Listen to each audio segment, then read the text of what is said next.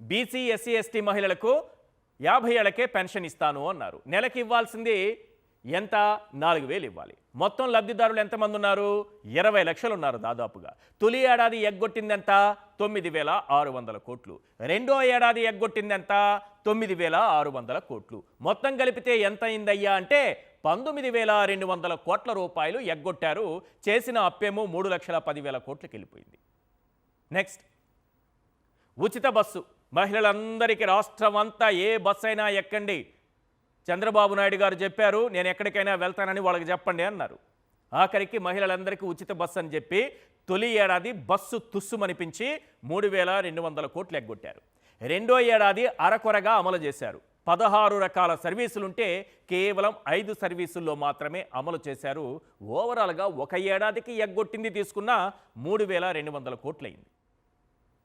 Right, ఇవన్నీ కలిపితే ఏ పథకానికి ఏ రకంగా ఎగ్గొట్టారో ఒకసారి చూస్తే, తల్లికి వందనం కింద ఎగ్గొట్టింది 19,848 కోట్లు, ఆడబిడ్డ నిధి కింద ఎగ్గొట్టింది 64,800 కోట్లు, నిరుద్యోగ భృతి కింద ఎగ్గొట్టింది 14,400 కోట్లు, అన్నదాత సుఖీభవ కింద ఎగ్గొట్టింది 16,747 కోట్లు, నెక్స్ట్ దీపం పథకం కింద ఎగ్గొట్టింది 4,700 కోట్లు, 50 ఏళ్లకే పెన్షన్ కింద ఎగ్గొట్టింది 19,200 కోట్లు, ఉచిత బస్సు కింద ఎగ్గొట్టింది 3,200 కోట్లు.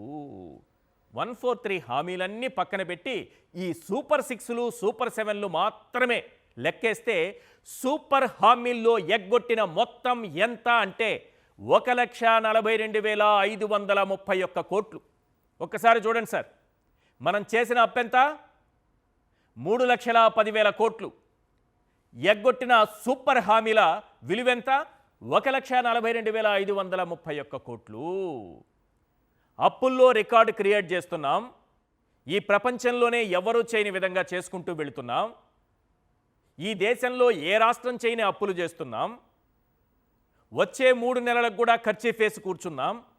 కానీ రాష్ట్రంలో ఒక్క సంక్షేమ పథకం అమలు కాదు. ఈ రాష్ట్రంలో అభివృద్ధి అనేది కంటికి కనిపించదు.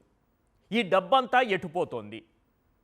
ఏం చేశారు? 3,10,000 కోట్ల రూపాయల అప్పుల్ని ఏం చేశారు?